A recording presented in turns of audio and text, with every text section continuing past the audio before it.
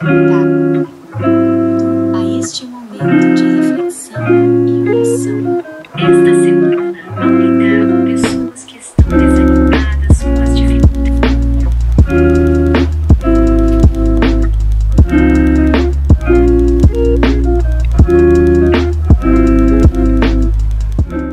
Oi, povo de Deus! Como é que vocês estão? Eu tava com saudade de gravar vlog, confesso pra vocês. Vocês também estavam? Vocês gostam desse tipo de vídeo? Eu agora, ó, fiz o meu café com leite descafeinado, né? Porque não posso tomar café, mas tá aqui. E vou fazer o meu devocional. E eu quero mostrar pra vocês como é que eu tô fazendo o meu devocional agora. Eu recebi de presente de uma seguidora um plano de leitura da Bíblia. Eu nunca tinha seguido um plano de leitura da Bíblia. E eu fiquei bem curiosa, né, pra começar este plano de leitura.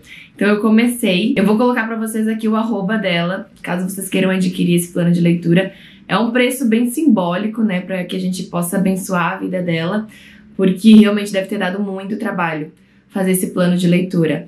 Tu pode ver no computador, mas eu resolvi imprimir. Então olha só, aqui, dia 1, dia 2, dia 3, dia 4, e aí aqui aparecem os versículos e capítulos e livros que a gente tem que ler naquele dia. Então, no dia 1, a gente tinha que ler Lucas, capítulo 5, versículos 27 a 39, Gênesis 1 e 2 e Salmo 1.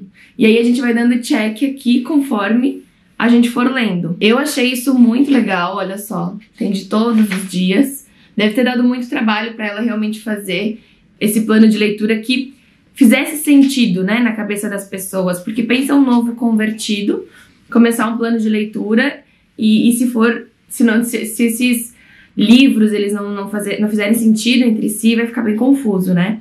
Mas até agora o que eu li eu amei, então eu vou deixar de dica aqui pra vocês, caso vocês queiram fazer um devocional assim também, seguindo um plano de leitura. É legal até para aquelas pessoas que precisam de um incentivo, né? Precisam de um empurrãozinho para ler a Bíblia. Então eu vou deixar aqui o arroba dela, vocês podem ir lá na bio dela, tem o link para adquirir. E aí eu tô fazendo o meu devocional seguindo aquele plano de leitura. Eu tô usando agora a Bíblia versão A Mensagem. Tem até um vídeo aqui no canal falando sobre essa Bíblia, onde eu explico bem direitinho como que é, qual que é a linguagem e tudo mais, se vale a pena. Então eu tô utilizando essa Bíblia. Eu gosto muito da NVI, mas aí agora eu tô usando essa daqui. E eu também faço o Café com Deus Pai. Então é isso. Agora eu vou pro meu momento com Deus.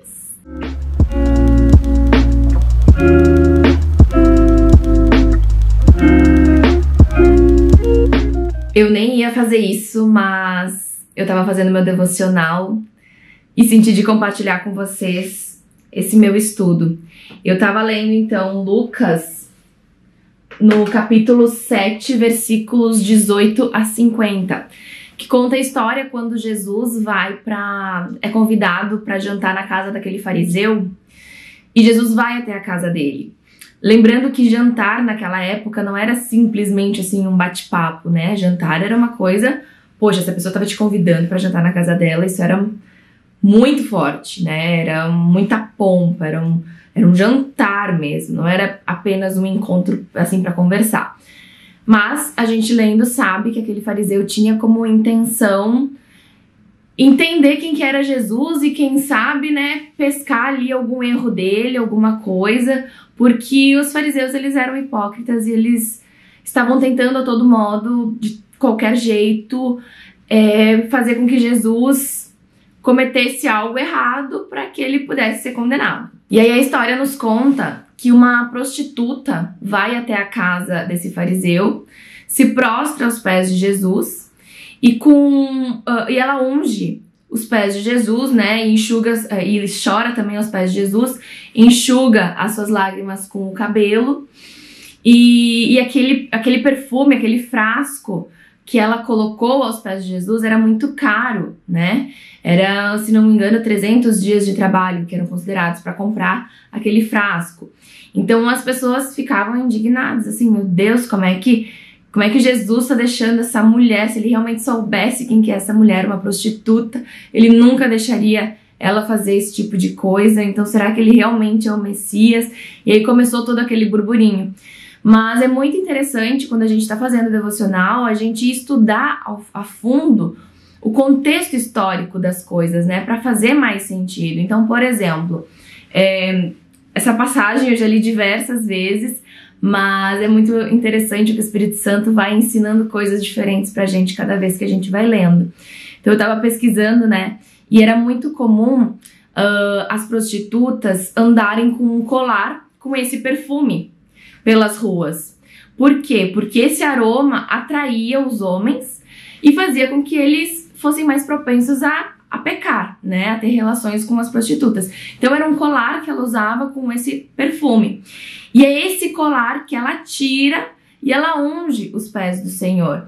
Então percebam que o instrumento que antes ela usava para o pecado, ela usou em adoração a Deus. O que essa mulher foi fazer lá na casa do fariseu foi adorar. E era muito comum também naquela época, quando uma pessoa entrava na casa de alguém, o servo do dono da casa ia lá lavar os pés da pessoa.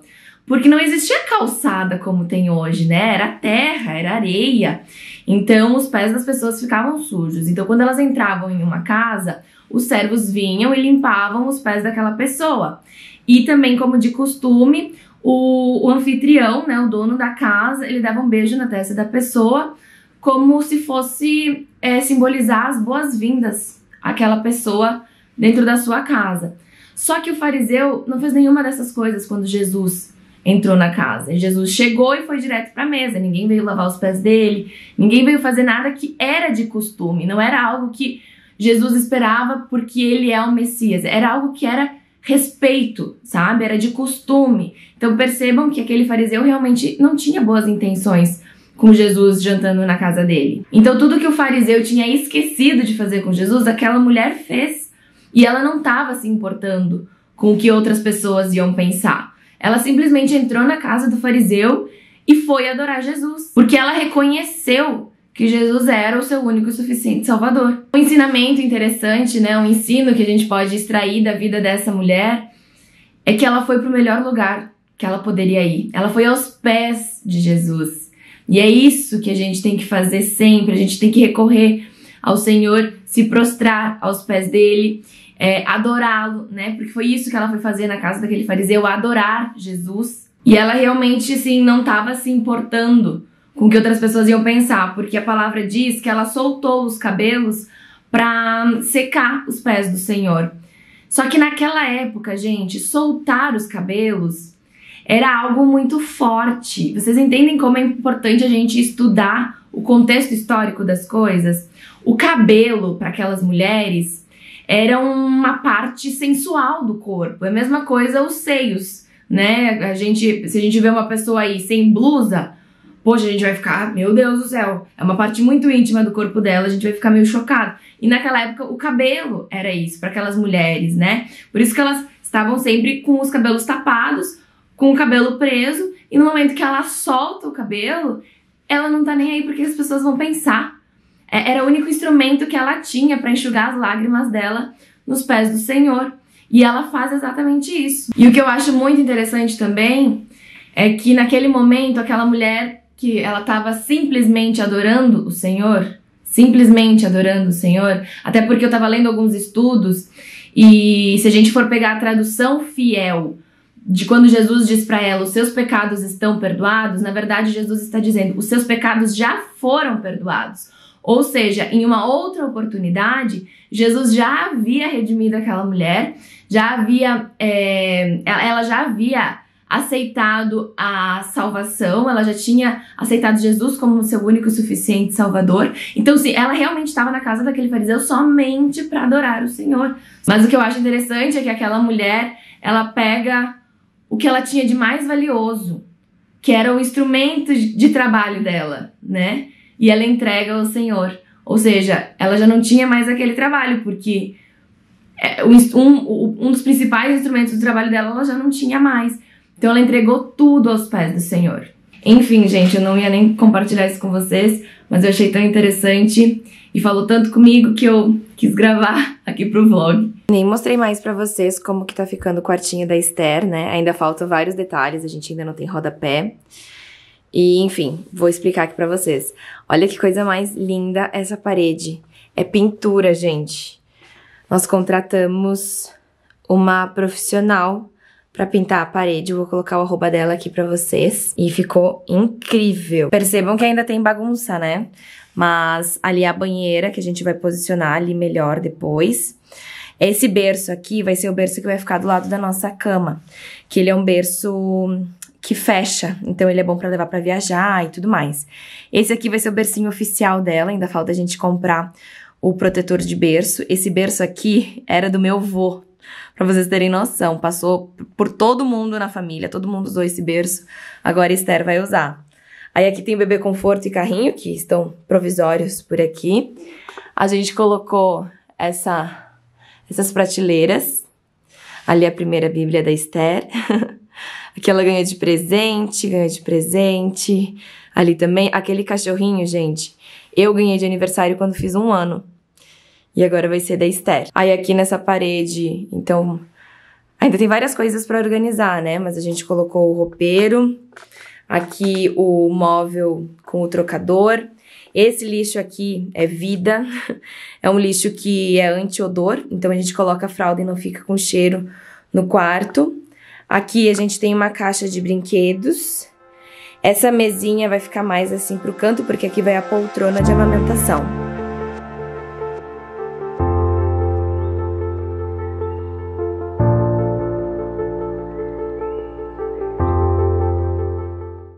Acabei não filmando mais, porque eu só fiquei sentada ali na frente do computador, resolvendo coisas, trabalhando, respondendo e-mails, mas agora eu sentei aqui para conversar com vocês. Daqui a pouco eu tenho que ir pra academia, então eu quero trocar uma ideia aqui com vocês de tudo o que eu tô vivendo, né? Os vlogs, eles servem realmente para isso, para que eu possa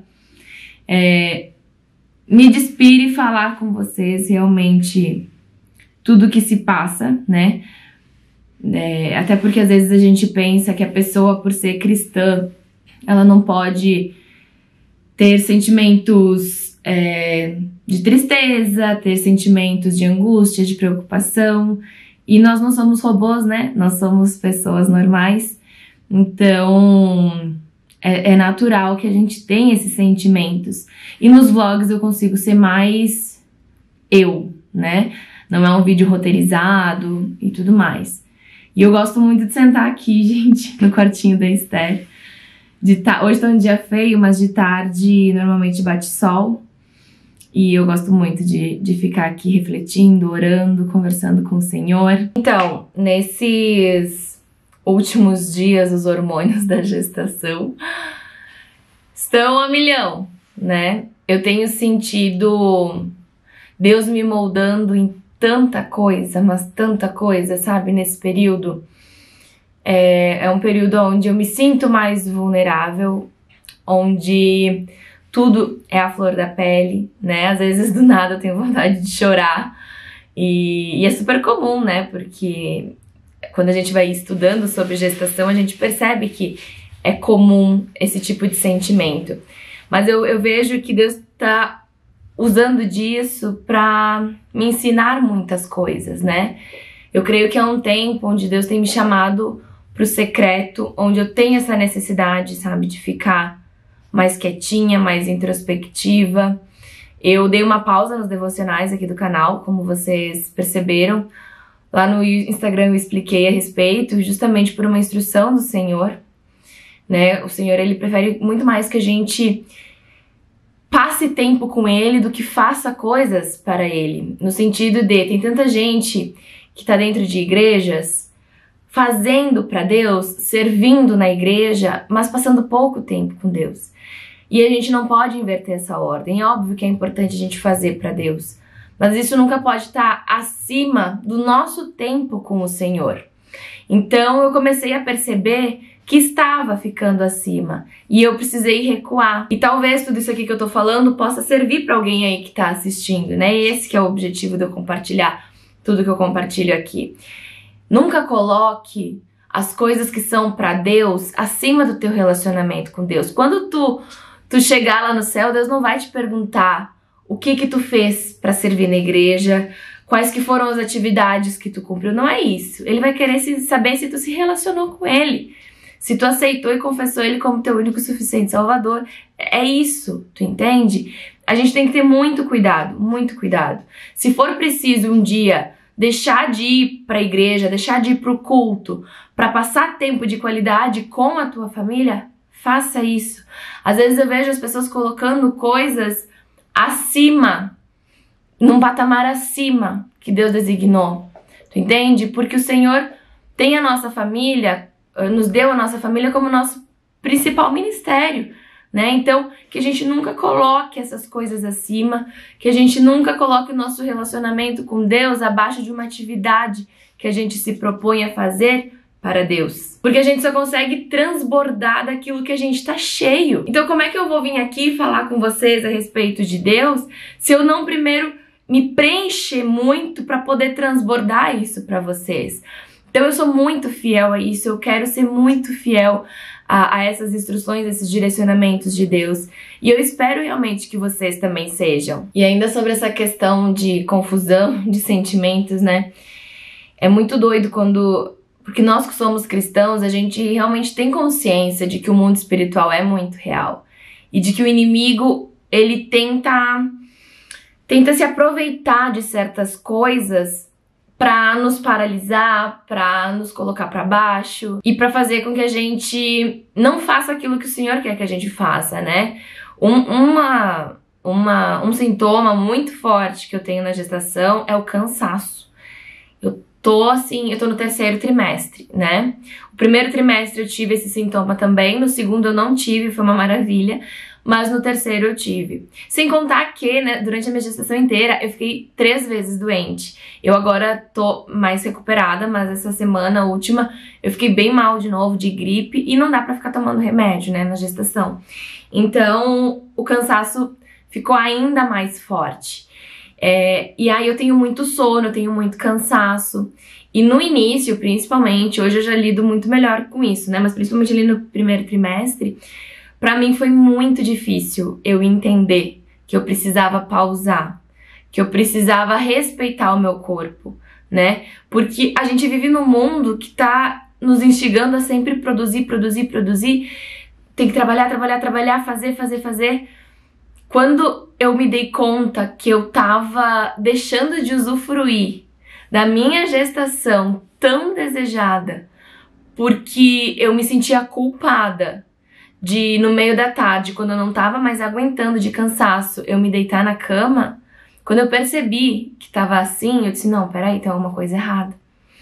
Então, eu quis compartilhar isso com vocês, né, porque às vezes a gente tá tão focado, né, a gente tá num ritmo acelerado, a gente tá sem perceber mesmo, andando como o mundo quer que a gente ande. Mas a gente não pode se moldar a isso. Não é porque as pessoas elas trabalham 12 horas por dia, ou porque a pessoa pratica atividade física às 5 da manhã, ou porque só come verdura, né? Que a gente tem que ser todos iguais, nós somos pessoas diferentes. Cada um de nós tem o seu caminho com o Senhor, tem o seu propósito. E aí quando a gente começa a cair nessa questão de comparação, porque eu pensava, gente, quantas gestantes super ativas aí, fazendo academia, crossfit, não sei o quê, e aí eu não vou conseguir controlar o meu sono, e aí eu me cobrava em relação a isso, sabe? Então, gente, é tanta coisa que Deus tem trabalhado na minha mente desde o início da gestação, que vocês não têm noção. Eu lembro que no início do ano eu perguntei pro Senhor qual seria a palavra que ela direcionaria o meu ano, e o Senhor me falou que seria eis que tudo se faz novo. E, gente, tudo tem sido novo, né? Não só externamente com a vinda da minha filha, mas também internamente. Deus tem me moldado bastante. Então, o que eu quero deixar de recado pra vocês é que vocês, se for preciso, parem, deem um passo atrás. Para as pessoas pode parecer, por exemplo, que eu dei um passo atrás, diminuindo meu fluxo de vídeos aqui no canal, que eu não faço mais os devocionais. Mas para mim e para Deus, eu tô dando um passo atrás para pegar impulso. Então, se for preciso, pause, pare, recomece, reanalise, coloca o teu relacionamento com Deus como prioridade. Não abra mão disso de maneira alguma. É isso que eu tenho vivido com o Senhor, que Deus tem trabalhado dentro de mim e que eu quis compartilhar com vocês para quem sabe alguém aí possa ser tocado por essa mensagem e reavaliar a sua vida. Mas é isso, gente. Eu acho que esse vídeo já ficou longo. Eu agora ainda é metade da manhã. Eu já fiz um monte de coisa. Mas eu vou responder alguns e-mails que eu tenho que responder, falar com alguns clientes. Eu ainda quero gravar mais um vídeo pro canal hoje, pra postar na semana que vem. E é isso. Depois eu vou pra academia. Oh, Deus. Mas eu espero que vocês tenham gostado de acompanhar um pouquinhozinho, assim, da minha manhã. Eu acho que quando eu estiver com a Esther aqui, esses vlogs vão ser muito mais legais, porque eu vou ter muito mais coisa pra compartilhar aqui com vocês. Mas por hora é isso. Então um beijo e fiquem com Deus.